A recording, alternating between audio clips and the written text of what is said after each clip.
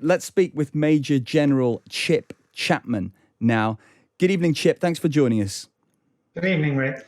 So, what is the initial reaction from Russia to Liz Truss becoming Prime Minister? From Russia's perspective, Liz Truss is more the same candidate. She's a continuity candidate in the verbal dynamics that Russia sees being forced upon it by someone who's completely opposed to them. And I think that's good. So in that sense, there's both bipartisanship within the UK still, I think, against the Russian invasion, because that's what it is. It's the second invasion. And secondly, this is a continuity candidate. So it should be that we are remaining where we are. But like all these things, it really depends upon three things: domestic politics, ultimately. I hope we can continue to support Ukraine and not just have this yin and yang between, cost of living versus supporting Ukraine. Alliance politics, particularly with those who are more towards the appeasement side of life, and perceptions of Russia. And my perception of Russia is still that they're a revanchist state who need to be defeated to have go back to a status quo ante rules-based order in Europe. Chip, just putting aside the new Prime Minister for a moment, shelling of Europe's biggest nuclear power plant could lead to an unlimited release of radioactive materials, and Russian military equipment on site could undermine its security. That's according to the UN's nuclear agency today. Do we think the main danger has passed with this nuclear power plant, or are we just going to continue to see these peaks?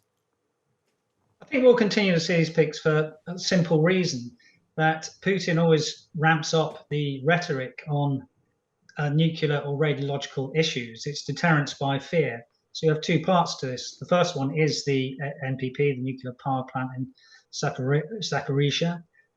We all fear a radiation release because we remember Chernobyl. And the second one, of course, is the potential use, though I still think it's a low probability at the moment, of non-strategic tactical nuclear weapons. So it is a ploy always by Putin when he wants to try and get his own way. He used it before, for example, Finland and Sweden declared that they were going to join NATO. So we'll see more of this. We know that the security pillars have all been compromised to an extent at the nuclear power plant, but there isn't a big radiation element at the moment.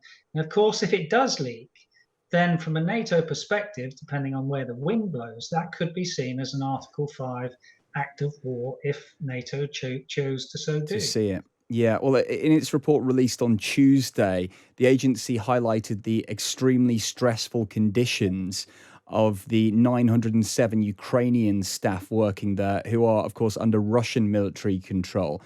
Is there anything more that the international community can do to protect the plant and the people working there?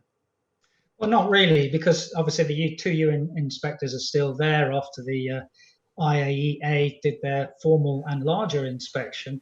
And of course, it should be that the moral authority of the UN is the thing which gets Russia to disengage with that.